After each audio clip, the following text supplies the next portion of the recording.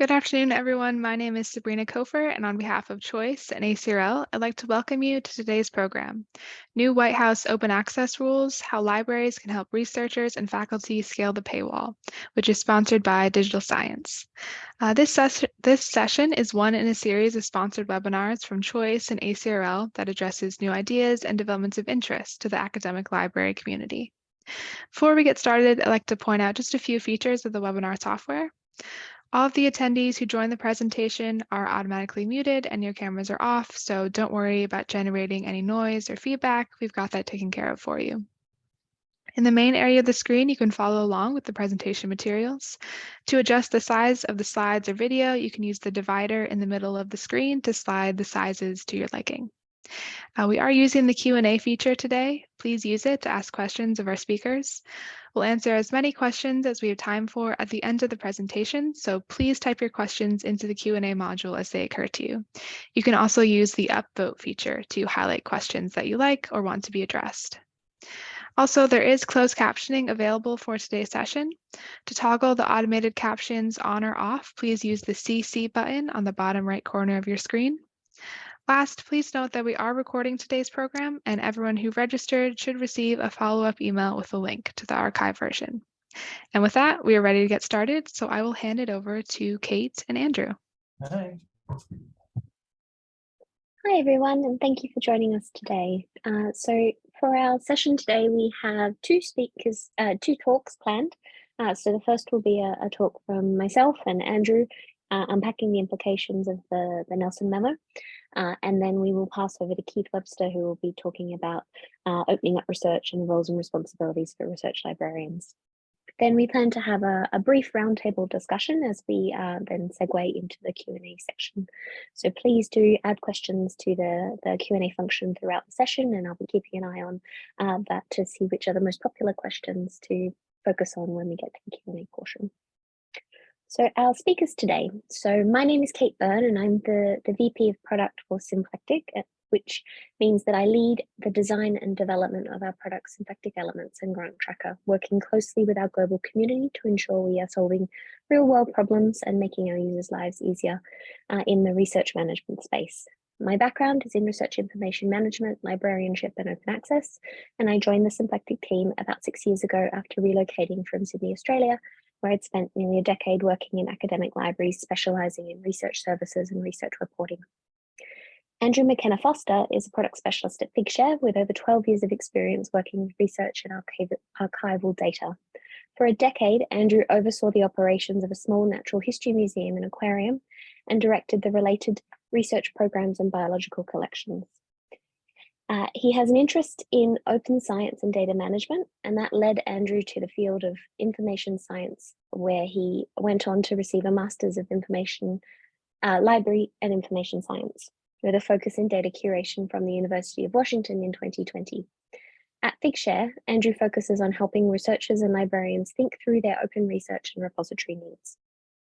And then our third speaker for the day is Keith Webster, who is the Helen and Henry Posner Junior Dean of University Libraries and Director of Emerging and Integrative Media Initiatives at Carnegie Mellon University. Keith joined CMU in 2013 from John Wiley & Sons, where he served as VP of Academic Relations. He previously held library leadership roles in research-intensive universities in the UK, New Zealand, and Australia, and led a policy directorate at HM Treasury in London. He's an internationally recognized keynote speaker and professional futurist. So then, diving in. So the session that myself and Andrew have planned today is really starting to look at what's under the hood of the OSTP Nelson Memo and some of the ways in which organizations can start to prepare for it. So when this memo was released late in the summer, it's gathered a lot of interest, and it's all around that focus of ensuring that we are making free, immediate, and equitable access to federally funded research. So we thought it would be useful to start by unpacking what it has to say. So in case you're not familiar, the first clause of the memo is focused on that public access and working with the funders to ensure that they have policies in place to encourage that it is made embargo-free, a public release focus on making that research openly available. The second clause is focused on transparent procedures that ensure scientific and research integrity is maintained in public access policies. And this is an interesting space because this could be about transparency with data, conflicts of interest, funding, as well as reproducibility. So it's looking at a lot of the spaces around transparency and integrity that go alongside that public access. And then the third area is coordinating to ensure equitable delivery of federally funded research results and data. So the first clause mentions supporting data to go alongside publications, but this is looking more broadly at research results and data. So one of the first questions that everybody sort of set out to look at was, is this a mandate? And it's been made very clear that it is indeed not a mandate, but is a non-binding set of recommendations. And actually, from my perspective, I don't think that that really matters whether it's a mandate, because what is clear is that this represents a direction of travel that has been communicated to the federal funders, and those federal funders are going to be looking at that in their policies and setting that out in terms of a direction of travel and a set of activities that will be asked of faculty across the US. And so whilst this may not result in a compliance mandate directed to institutions, universities, and other sorts of research organizations, it's still going to impact the activities that your faculty are being asked to complete. And that will impact the services and support that you're offering to those faculty to ensure that they're able to stay on top of their obligations as researchers. And that really is what brings us here today, is looking at how you can get ahead of that curve and to be thinking about how you can be engaging in this space over the coming weeks, months, years. And so there are indications that, just as Kate said, that funders are seeing this as kind of the next step. And so the NIH put out a supportive letter saying that they're going to work expeditiously over the next few months to develop and share plans for this policy guidance. The USDA tweeted their support for this guidance as well. And I'll just note here that the NIH has a data sharing policy going into effect in January. And for the last 3 years, there was a lot of debate around, well, does it have teeth? What is the effect going to be? But now that the deadline is looming, there's some scrambling going on to make sure that researchers are supported within institutions. So there's still the question of like, well, what's the effect going to be of this? What's the real effect? And there are at least 2 studies that have started to look into this. This is some data from one of them. This is a preprint by Eric, and apologize if the pronunciation is wrong, Sharis at the Iowa State University. He used Dimensions data to gather publications that had federal funding between 2017 and 2021. So there were 1.32 million publications. Really importantly, about 32% of those in 2021 were closed access. In other years, it was around 27%. So, if that percentage carries into the future, that's hundreds of thousands of papers that are going to need to find some way over that paywall.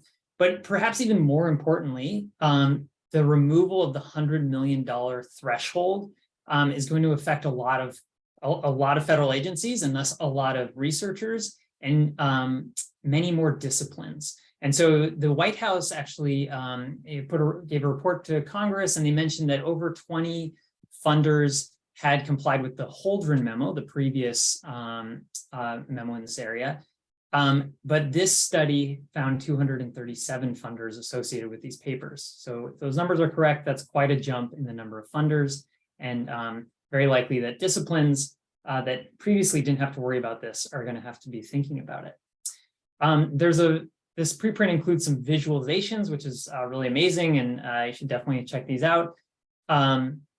The x-axis in this chart is the total number of publications. The y-axis is the percentage of publications that are federally funded, and each dot represents a research institution. So a couple things to note: there's a whole group of institutions clustered, in the 30 to 60% range. And while they don't have a lot of publications, maybe over 5 years compared to some other institutions, there are quite a few of them, and there are significant percentages that are federally funded, and they will be should be thinking about this policy guidance. And then, of course, between 40 and 50%, there are quite a few universities that are publishing over 20,000 papers in a 5-year period that are going to be very affected by this. So just some indications that not all universities will be affected in the same way, but that it's going to affect pretty much everybody. But we've really just talked about publications in this. And as Kate mentioned, data is also part of this guidance. And I think this is where faculty and researchers are really going to be influenced and affected. So we can draw some lessons from the State of Open Data report from 2022. This is a global survey. It's been running for 7 years of researcher perceptions and practices around open data.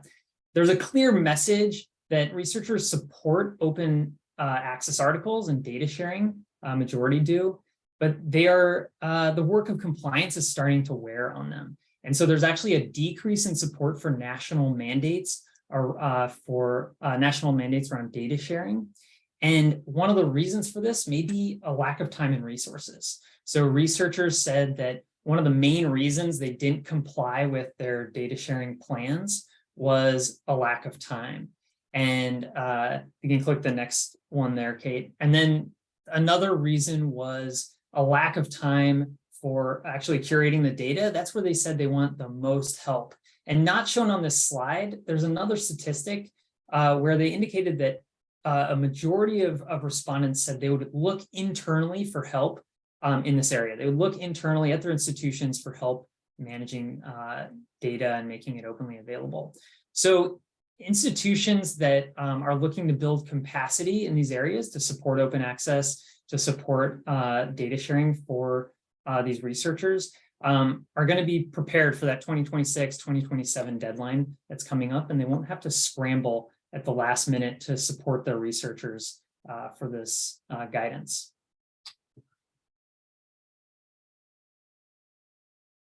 So if you're new to this space, we wanted to share some thoughts on where you should start. And the first place is really beginning to understand your own open access landscape, and that's exploring existing data sets that you have, but using other data sets that are out there in aggregators and data sets like Dimensions, as was used in that paper, to begin to understand where your researchers are publishing and the ways in which they're engaging with different sorts of open access pathways to date. This will also help you, if you already have a repository, to understand the overlap between that open access publishing activity that's happening via your repository versus via publishers or other sorts of means. And if you're able to begin to overlay that data with information about your grants data, you'll have a sense of the footprint between where you are now and the kinds of drivers that your researchers are likely to see in the future. And another space to spend time is beginning to review your system capabilities. So if you already have a repository, can that repository handle both publications and data? And how are you going to work with your researchers to be able to use those systems to make them available? Are they researcher friendly? What do the workflows for using those systems look like? And once they are using them, do you have effective monitoring and reporting capabilities that will help you track that engagement and identify where there might be parts of your research community that need more assistance? And then that sort of feeds into thinking about where that sits with the people within your organization. So how does this look as a broader research ecosystem? How are you planning to support and incentivize your researchers? How can you bring together different sorts of stakeholders? Because this space spans the library from an open perspective and publication perspective, but also to the research office and officer-sponsored programs from the grants perspective, but then potentially also over to IT as well. So thinking about how you can bring those groups together to provide a shared experience for your researchers can be incredibly valuable. And then thinking about where that sits alongside your existing institutional policies and procedures, and how can you simplify that landscape for your researchers as much as possible. So this is the point where we should declare our place in all of this. So Andrew and I are a part of Digital Science, which creates a range of tools to support research, and Elements and Figshare are two pieces of research management infrastructure. So Elements is what's sometimes called a CRIS or a RIM system, a faculty information system, which helps organizations collate data from multiple sources to allow you to see a comprehensive picture of your scholarly activity, and then reuse that data for a number of workflows to do things like populate research profiles, streamline open access activities, and also do things like faculty reporting or other sorts of internal reporting. Figshare is an authoritative policy-compliant repository which helps organizations create a home for both papers and datasets so that they can help their researchers make more of their research open. And both of these tools can sit within an integrated research ecosystem to help provide a space and a platform for streamlining these sorts of activities. And to give you a couple of examples of those activities I just outlined here, we thought we would highlight a couple of examples from our own systems. There are, of course, other options you might explore as well. So this is an example of an open access dashboard that can be developed and run against Elements. And this is using curated data about your organization within Elements. And this is using dimensions as a data source, building on data from Paywall about the open access status of works within your system. So using this data, you can start to look at things like the trend of open access publishing over time and the different sorts of open access pathways being used and how that pattern changes when you look at different publishers or different journals, as well as for different departments within your organization. So you can really start to see how these activities are already playing out inside your organization, because the best way to plan your pathway forward is to understand where you are today so that you know where you can best focus your efforts. When we talk about doing a review of system capabilities, it's beginning to think about how you're going to grapple with the different sorts of metadata points you need, the workflows for your researchers and your administrators to support these activities, how scalable those systems are, and whether or not they have the functionality necessary to support the larger, more complex demands that come with making data openly available, as well as the requirements for sharing papers and sharing large volumes of papers as well. But also, very importantly, to be a part of that integrated ecosystem, integrations and integration capabilities should be at the core of that, whether that's integrating things like a CRIS system and a repository, but also integrating with ORCID. You know, there's an enormous rise in software being openly available, so integrations with GitHub and GitLab, but also some of those more traditional pathways like OAI PMH harvesting to share that publications data across the library ecosystem. And if this all sounds a bit scary, we do want to reassure you that it is a journey, not a destination. So you might be in a space right now where you have a publications repository, maybe some core metadata, and you're able to track your number of deposits and do some basic reporting.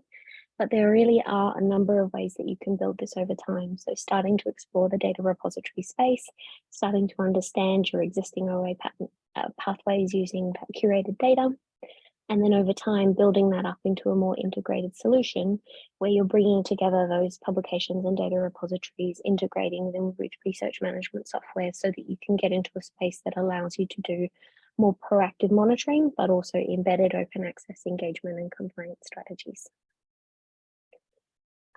And with that, I will pass over to Keith to talk about it from the institutional perspective. Thanks, Keith. Thank you, Kate, and good afternoon, everyone. It's a pleasure to be with you to talk about what is an increasingly important part of our landscape. But to a large extent, this is something that is not terribly new. Scientists have always wanted their work to be open. The Royal Society in the UK, which established what is now the longest running scientific journal more than 300 years ago, did so to allow researchers to write letters. They didn't think of themselves as researchers in those days, I suspect, but the whole concept was they would write letters which were collated in the journal so that everyone could be aware of their thoughts, their thinking, their discoveries. So nothing new. Commercialization clearly kicked in the 20th century, and the internet has opened up all sorts of possibilities to democratize access to research. I did want to begin my remarks with a disclaimer, which I know Kate and Andrew already provided, and that is really about the title of this event. The OSTP has not issued anything about open access mandates, and if I was to rebadge the title, I would call it Public Access Recommendations. I do think it's a really important nuance, the difference between public and open access. To me, open access is simply a business model where the costs of access to scholarly publications has been shifted from the traditional payments made by libraries and other subscribers to read content, and instead levy the costs on the authors or those who fund their work to pay for the publication so that readers are able to access content without further payment.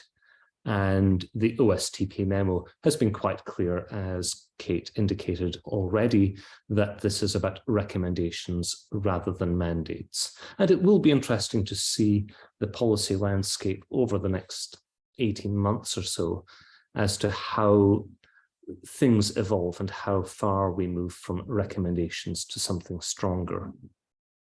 So to a large extent, thinking about the theme of today's talk, this notion of roles and responsibilities for librarians, it's very difficult to coalesce around some concrete statements or advice that I might give, because to an extent we're still in a time of unknown.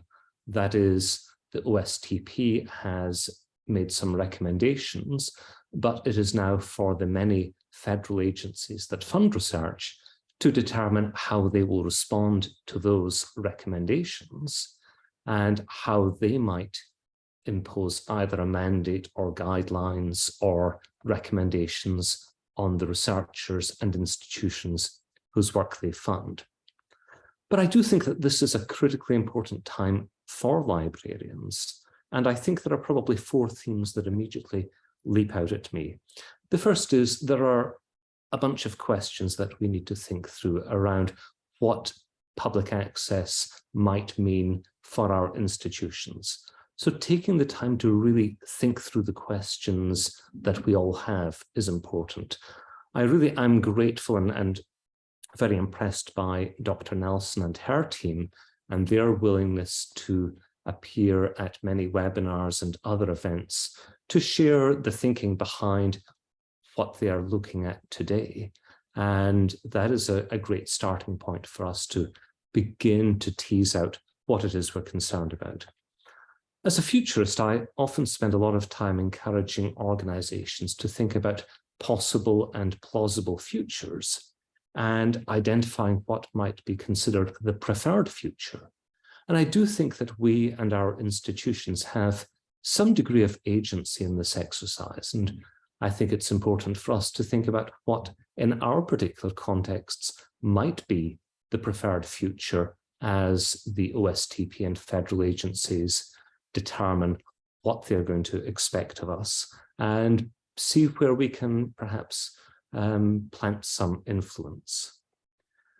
A tremendously important role, the third one that I would identify, is about fostering discussion and debate and sharing information on our campus. Those of us in roles like mine, those of us who have a particular interest in open access, are deeply immersed in these issues and have been for a long time. But for many researchers on university campuses, this is something that barely registers with them.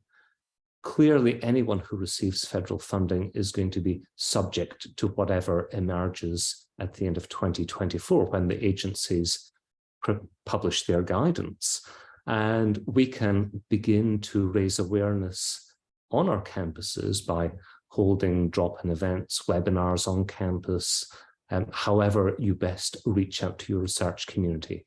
And I don't think we can begin too early in engaging with the research community.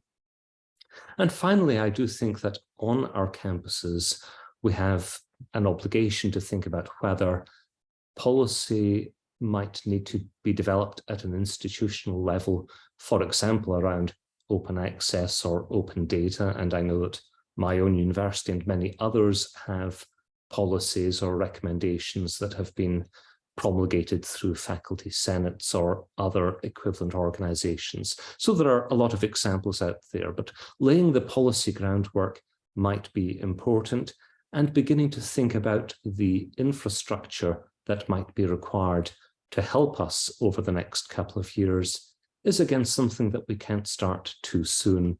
And I would encourage you all to think about your particular institutional contexts, what you have that's working well, how well it might scale, and where you might need to invest in collaborating with others, implementing solutions, or filling other gaps in your armory. So all of that said, what I want to do in the next few minutes is walk through three themes. The first is really trying to tease out the arguments behind the OSTP memo. Why are they issuing this guidance now?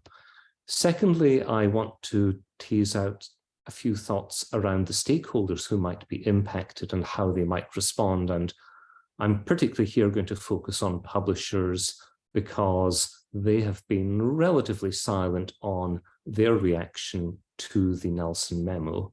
And finally, I'll say a few words about my institution's approach to open sharing across its scholarly landscape.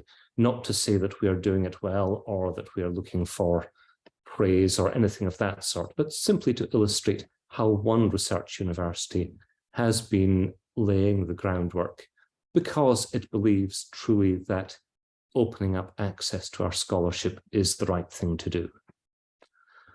So firstly, I think there are two or three themes that are driving the OSTP's thinking at the moment. As I said in the memo, the pandemic has illustrated to everyone the importance of collaboration. It has provided evidence of the manner in which research can be accelerated, the ways in which research can be translated into commercial products at a much more rapid pace than in the closed environment. And that is something I remember in about the third week of lockdown back in late March, early April of 2020, I was on a call with the OSTP, where even then they were saying, this is remarkable. We've never seen this opening up between industry and the academy and across international borders. We can't go back. And here we are now with a nod towards the policy framework with which OSTP is recognizing that. The second point that is closely related, but not exclusively to COVID-19, is the notion of open science. And this is something that many of us have been talking about for more than a decade now. My opening slide was an old photogravure from the Royal Society. The Royal Society published its first open science report in around 2011. And when the Royal Society begins to say things like that, you sit up and take notice. UNESCO, during the pandemic, published its open science policy document. It clearly recognized that the pandemic had raised awareness of the importance of international cooperation and opening up the scientific enterprise. And it really called on the world's research communities, the world's policymakers and the world's research funders to commit together to stepping up information sharing. And in the United States, the National Academy has played a particular leadership role in developing its open science toolkits, and a number of us are engaged in an organization called Helios, which is trying to understand issues around incentivizing open science and changing structures such as promotion and tenure on university campuses. And the third driver behind the OSTP, which we already heard about, is the progress that has been made since 2013. And that is something that is laid out very clearly in the Nelson Memo, a glance back to the whole memo of 2013 and some data about things like the 8 million articles that have been made freely available since the Holdren Memo came out almost 10 years ago. So the OSTP is really building upon these drivers around the pandemic, open science, and the early impacts that have benefited everyone. They've been very guarded about what the next steps will look like, and they clearly are putting that in the hands of the federal agencies. So therefore, it is not at all clear, as I read the memo, whether they will expect institutions to build and deploy the infrastructure to support public access, or whether the federal agencies themselves will develop infrastructure, or indeed whether there will be some cross-agency solution. I think there are clear signals out there that some sort of central solution will be in our future. We've seen Figshare work with National Institutes of Health to develop a data archive, and PubMed Central has been with us for many years now as a federated federal repository of publications data. So I do think that that is likely to be something we will hear more about. Another thing that is not completely clear is about the funding for sharing publications. And if I compare and contrast with the United Kingdom, where the Research Council's just updated their open access policy and set aside almost £50 million to support the costs of open access.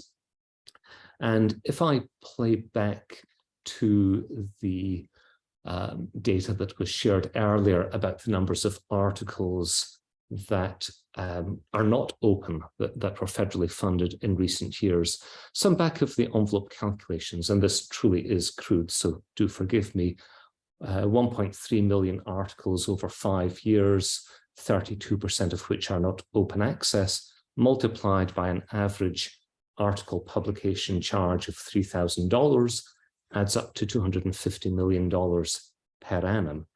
The OSTP have signaled that they are willing to provide financial support towards costs of publications. That is a big price tag. I will be intrigued to see whether there is any policy that might try and diminish the average cost of open access publishing. Time will tell on that front. If I think about the stakeholders who are going to be impacted by this, and I'm leaving librarians out of the conversation, I'm happy to come back to talk more about that in the Q&A session. Clearly, publishers are very firmly in the front line here, because we might anticipate that any large-scale policy movement in the world's largest producer of scholarly content will impact publishers' bottom lines. And in the same mold, or in the same vein, academic societies might also be confronted by some challenges. The pandemic in particular changed the business model behind society-led conferences. Over the last few years, early career researchers have been less likely to join learned and professional societies because they are commonly using social media as a way of building their professional networks. And therefore, societies have really focused their publishing programs, whether they publish directly or license the publishing rights of their titles to an Elsevier or a Wiley, other commercial publisher. Journal revenues are a critical part of societies, and societies are a critical part of the world of academic research. Our institutions, our universities, and other research organizations, by and large, want the products of scholarship to be readily available. We are in academic life because we support the mission of improving the world, educating the next generation of scholars, the next generation of people working to improve society, and we want the research that is conducted on our campuses to make a difference. But our institutions also will need to understand the costs and models around public access or open access. And most researchers also want to maximize the impact of their research, and they want to do that with the minimal amount of fuss. They don't want to navigate which publisher will let them do what, or which repository will accept their data and under which terms. And I do think collectively we all need to recognize the importance of helping researchers embrace the OSTP's recommendations with minimal fuss. Let me dig just for a moment or two a little bit more deeply into the publishing side of things, because I think it's important to recognize, as I said, publishers have been fairly silent on this. I know that many were caught by surprise. There had not been any advance briefing of the memo, and we haven't really seen how publishers fully are going to respond. But already they are facing some tough times. As you can guess from my accent, Brexit remains a sore point and a big deal. And I think it's critical to recognize that the UK still hasn't figured out if and how it will be able to return to participation in the EU's Horizon research programme. And that in turn may diminish the volume and quality of UK research. I hear they're now talking about a research collaboration with Switzerland, which is not going to be at all on the same scale as an EU collaboration. And therefore, publishers might find a drop-off in content from the UK, which is the third biggest contributor of scholarly publications after the US and China, which is a segue into noting that China is beginning to think about its focus on publishing in Western journals. And we've seen policy announcements come out of the Chinese government talking about fewer but better publications and publishing more of those better publications in Chinese rather than Western journals. So another pressure on publishing.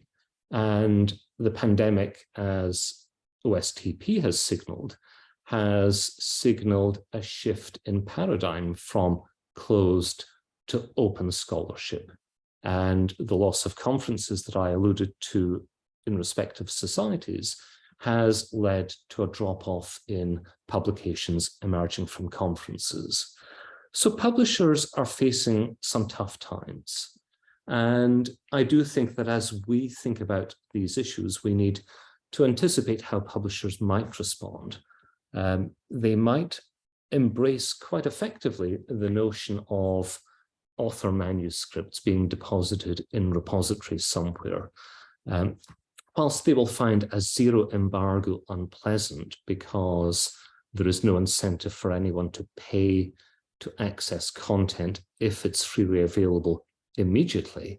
The fact that it is scattered across the internet without necessarily easy discovery is something that publishers will hold on to, as well as the fact that the version of record is typically the one that is cited, that is the version on the publisher's platform. That is the one where the page numbers, the tables and charts in the right place in the text will be seen as more important by many. If gold open access becomes a more acceptable mechanism, if OSTP and funding agencies figure out ways to support the sorts of price tags that I showed earlier, that is something publishers might well celebrate because it brings additional revenue. The thing that I have particularly focused on in promoting open access on my campus is the ability for researchers to reserve their rights. And I do think that's something that will gain attention as this moves forward. And I do wonder whether publishers might really try and land in a hybrid open access environment where they perhaps get the best of both worlds. They will see the loss of rights where articles are open, but they might be able to increase the pipeline of paywalled articles to be published alongside those open access ones in hybrid journals and maintain their revenue base. But there will come a tipping point where subscribers, particularly libraries, begin to try to unbundle or scale back dramatically what they are prepared to pay for scholarly content when, putting it crudely, the good stuff is free. And we know certainly that already there is an excess of funds in the system, some back of the envelope math showing that maybe you could get as far as arguing that there's almost a 50% excess of funds in the system. And I do wonder, as globally open access begins to pick up momentum, we will see a new equilibrium being reached where the par rate, or the average cost per article, comes down considerably, and the profitability of scholarly publishing also is diminished. So finally, just a few words about my own institution's groundwork here. We take the view that there are three products of research in which we are interested: publications, data, and software. On the publications side, we have been working with our colleagues at Birkbeck in London to deploy the Janeway system for our journal publishing service. We use the Figshare platform for our institutional repository KiltHub, and that is a system that allows us to store anything that accepts bits and bytes. We have been fairly active in the open access transformative agreement space, and by the end of this year, a substantial majority of Carnegie Mellon publications will be covered by open access agreements.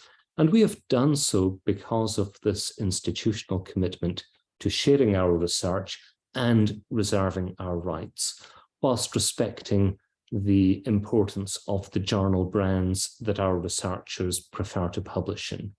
And we also provide funding to support individual article publishing. I've been talking a lot over the last 18 months about automated science and the forthcoming Carnegie Mellon Cloud Laboratory, which is an example of the data deluge that automated science will generate. And to help us prepare to cope with that, we have been scaling up our use of Figshare in our KiltHub platform to accept data sets. And on the software and code side of things, we have been very fortunate to receive funding from the Sloan Foundation to establish an open source programs office to help our institution understand the issues around opening up software and code. And one final lesson from the pandemic for us has been the interrelationship between code and data, and often it's pointless having the data without also having access to the code. So I'd be happy to talk to anyone who wants to understand more about our particular approach. There's a lot of information on our website, but with that, I am going to stop and hand over, I think, to Kate to take us through a discussion and audience Q&A. Great, thank you very much, Keith. So to help us segue into the Q&A section of this, we've prepared a couple of questions to get the conversation going. And I see a couple of people have already put questions in the Q&A function. Please do add your questions there as well. So to get us started, I wanted to ask what aspect of the Nelson Memo you find most interesting in terms of its potential implications for the sector. And Keith, maybe you'd like to kick us off. Sure, happy to, Kate. Those who know me and know my work will not be surprised that I'm particularly excited by the reference to open science, because to me this has the largest and most enduring potential to transform science. I've been saying for many years, before I went to Wiley, that open access is simply a small stepping stone on the path to truly open science. So I think for me that is the big thing. The other point that strikes me is when I think about this on a global stage, we need to understand how publishers and others, in many ways, and I don't want to be sort of crude about this, but they're able to play one country off against another for as long as we allow individual nations or research consortia to set their open access rules. I, of course, understand why it has to be that way, but I do wonder about greater coordination. So that's just something I throw in there as a passing observation, that we're seeing a focus here on public access. The UK certainly has backed open access. Other parts of the world are doing their own thing, but we need to recognize that the US only, according to Dimensions data, was responsible for 13.7% of articles published in 2021. So whilst the US is the largest force in scholarly publishing, it only represents a shade over an eighth of global output. Thank you. Andrew, any thoughts from you? Yeah, I mean, I think that for me, I think one of the greatest impacts of this is going to be, well, from my perspective, is on the data side of things, because we even see in the STEM disciplines, which have been, over the last 10 years, really working on figuring out the best ways to facilitate open data sharing.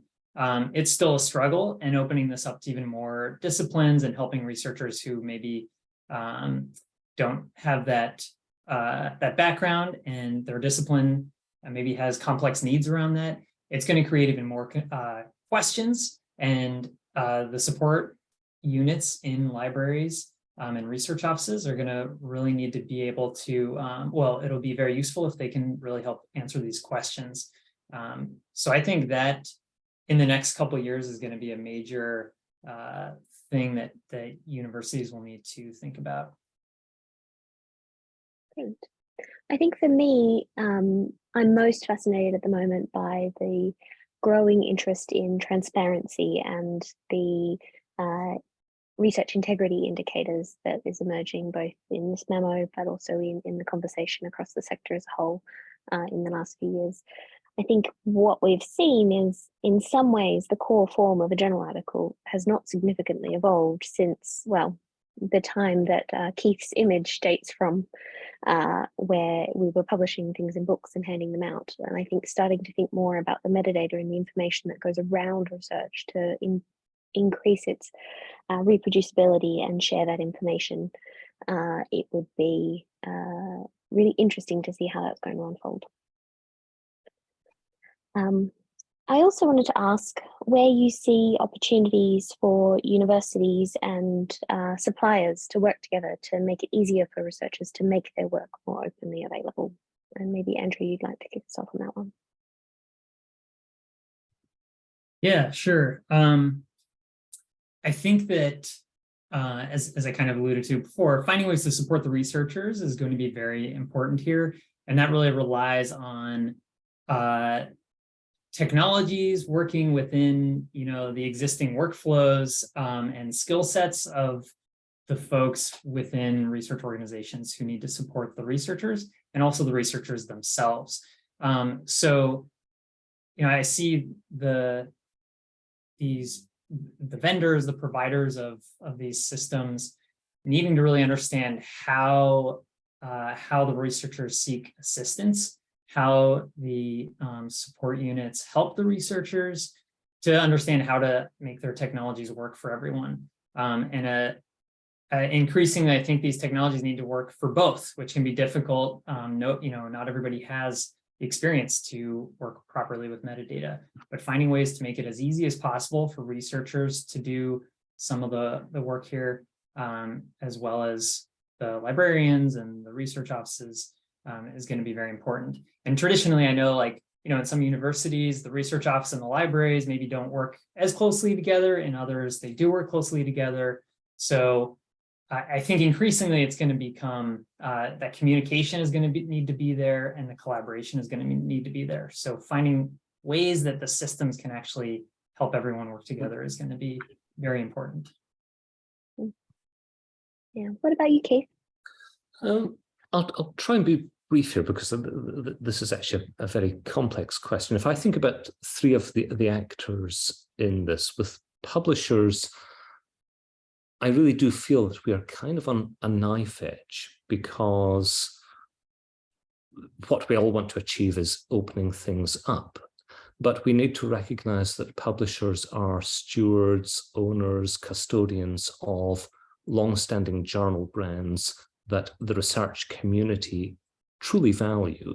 And we need to figure out a way of sustainably moving forward in a way that recognizes and respects our research community's investment in the journals that they value and support, whilst recognizing that we need what I described earlier as a new equilibrium. So there's that bit around publishers, and in many ways the sentiments are the same around societies, because they are important parts of the research and university communities.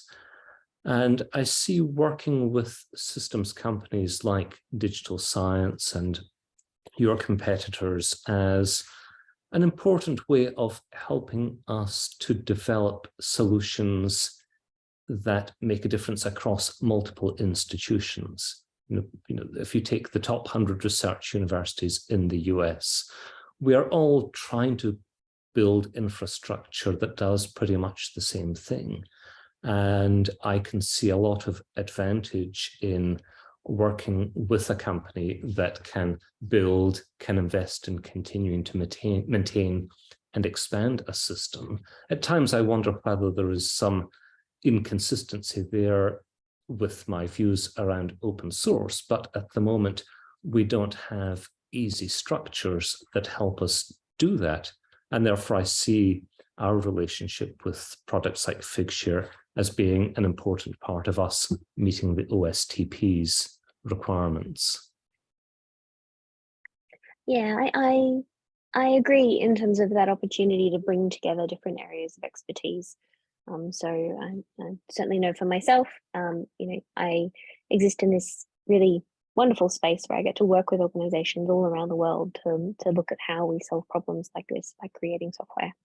And I think that opportunity to bridge that with people at organizations who know their communities, who know the focuses of their organizations, and to bring together that kind of trio of people, systems, and processes to help solve these problems can be really valuable. And there are, of course, some fantastic people building software out there in organizations, but there are a lot of organizations for whom actually from a resourcing perspective, going down that pathway is just overwhelming. And so being able to bring that together and work as a group to build these tools to help on those pathways, it can be both a really interesting space, but also one where we feel like we can make a really big difference. So diving into some of the questions coming in, actually our most voted question is from Dinesh with regards to the topic you are dealing with today, that is how libraries can help researchers and faculty scale the paywall. How could this be done better? They're interested to know our thoughts. So maybe over to you to start that, Keith. It's a great question, and I really think it is about educating, and I don't mean that in a patronizing sense, but informing our campus community and engaging them in discussions about what they consider to be their most important priorities. You know, this stuff is not necessarily easy in that it's not necessarily easily affordable. And when we started negotiating transformative agreements, our first one, we decided to start at the big end and begin our first negotiation with Elsevier.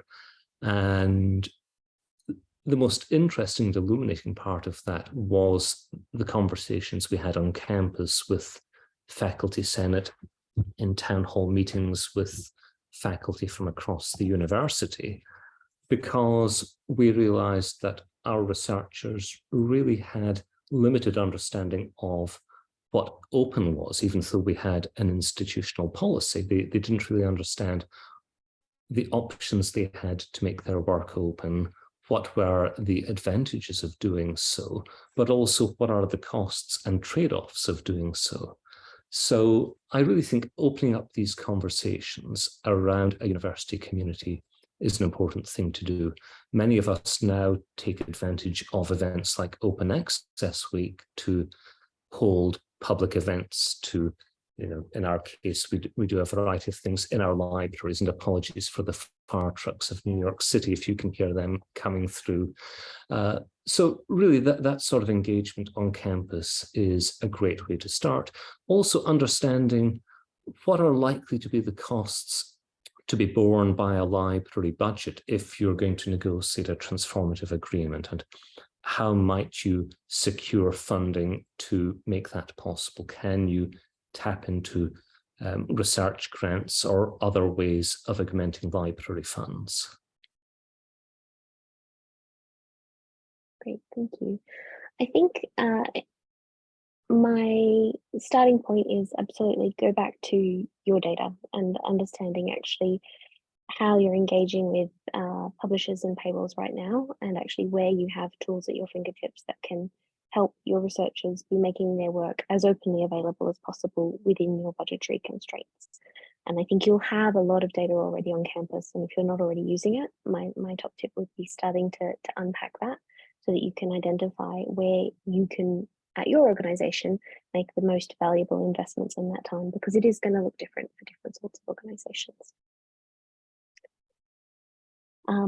There's a question that's come through from a slightly different angle from Norm. To what degree do you think academic libraries and the scholars they serve will be satisfied with access to OA manuscripts in lieu of the peer-reviewed version of record papers? I think this is an interesting one. So in the world of embargoed versions out there, well, often the peer-reviewed accepted manuscript is out there, and for quite a few publishers, actually, they are also permitting sharing of the version of record papers. But I think there have been a few interesting papers out there that are starting to look at kind of access levels for different versions. Is this something you've explored at CMU, Keith? No, but I remember exploring it when I was at Wiley, because I happened to be there both at the time of the Holden memo in early 2013 and the Finch report, which came out of the UK research community in 2012. And there had been some work done by Cyber Research in the UK, which had been an outpost of City University's Department of Information Science, where they were looking at the criticality of embargo periods on the one hand and the acceptability of authors' manuscripts on the other hand, and whether this was the final peer-reviewed version or the author's submitted manuscript. And clearly embargo periods were not as big a deal as publishers thought they might be. Which is why I think it's great that OSTP has been very clear that the embargo period is something that needs to be addressed. I don't think publishers will see it as bringing an existential threat to their business. I do wonder about an over-reliance on authors' manuscripts and how they compare to the version of record, thinking about the stability of URLs, but also the presence of the supplementary materials or the illustrations and tables in the flow of the manuscript. I've certainly heard anecdotally from people that this is just, it feels like something that's not quite the real deal, and people do worry about that, which is why I think that open access, if that can be funded sustainably by the federal agencies, might deliver a better outcome. I'd like to add one thing there, Kate, too, just from the perspective of a researcher. I've definitely hit the paywall before and not been able to access a paper, but and wondering, is this paper actually what is it going to be useful for me? Having access to maybe the non-peer-reviewed version, I think for me can definitely help understand, am I going to go through the effort now to track this down somehow, whether contacting the authors or talking to my library or something like that. So I don't know. On the one hand, I think that even if it's not, I know that the memo does actually, I think it does specify peer-reviewed, making the peer-reviewed work available. So I know there's maybe some questions around green OA versus gold OA and all of that, but yeah, it definitely mentions the peer-reviewed version, and I think that is an important distinction. I think there is that question of equitable access around the world, and certainly as a person who likes to read research papers but is not affiliated with an institution, I rely on open access versions because actually I no longer have direct access to a university library collection, something I absolutely used to take for granted. And there are an enormous number of full-time researchers who are in that same space. And I think opening that up creates really big new opportunities. Very quickly, in our final couple of moments, we've had a couple of questions come in about APCs, and I think we might ask Keith to make a few closing remarks on the APC front. This is both around are there concerns about the shift of using federal grants to pay APCs, and also are you able to share anything about Carnegie Mellon's approach to APCs? Sure, I'll maybe take the second one first. My predecessor, Gloriana St. Clair, established an endowment which provides financial support for our APC fund. I haven't checked progress in the current fiscal year, but generally we had been going through that quite quickly each year because there was demand. We have perhaps been able to limit that to a considerable extent by our pursuit of transformative agreements, where papers with a Carnegie Mellon corresponding author are published open access upon acceptance. And that leads to the first of the points you asked, which was, what about the concerns of revenue flowing to publishers in even greater amounts? And it is a real concern. If you read the stock exchange filings of some of the commercial publishers, you will see that beyond their public presentations on how they value open access and want to make the world a better place and all of these good things, the returns they send to their shareholders talk about open access as an additional revenue stream, and that is undoubtedly the case. I think we need to recognize that we are on a journey where there is almost certainly going to be a point at which we see more money going into the system as open access, if that is the way the world chooses to go. More money will be going into the system because nobody really wants to be in a world in which, if those who need to pay more because they're producing more research can't do so, but equally those who will be able to pay less as a result of open access get there more quickly than those who have to pay more, because open access shifts the burden of costs from a relatively equal spread across everyone towards those institutions that are more research active and will bear some of the burden of that. And that's where I think the federal agencies, I hope, will help to pick up some of that cost burden, but have the purchasing power to drive down the overall costs of scholarly publishing in an open access environment. Great. Thank you very much.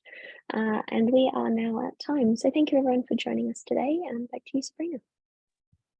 Great, thanks, Kate. I'll just say thank you again to Kate, Keith, and Andrew for taking the time to speak with us today, and thank you to our attendees for your questions and comments.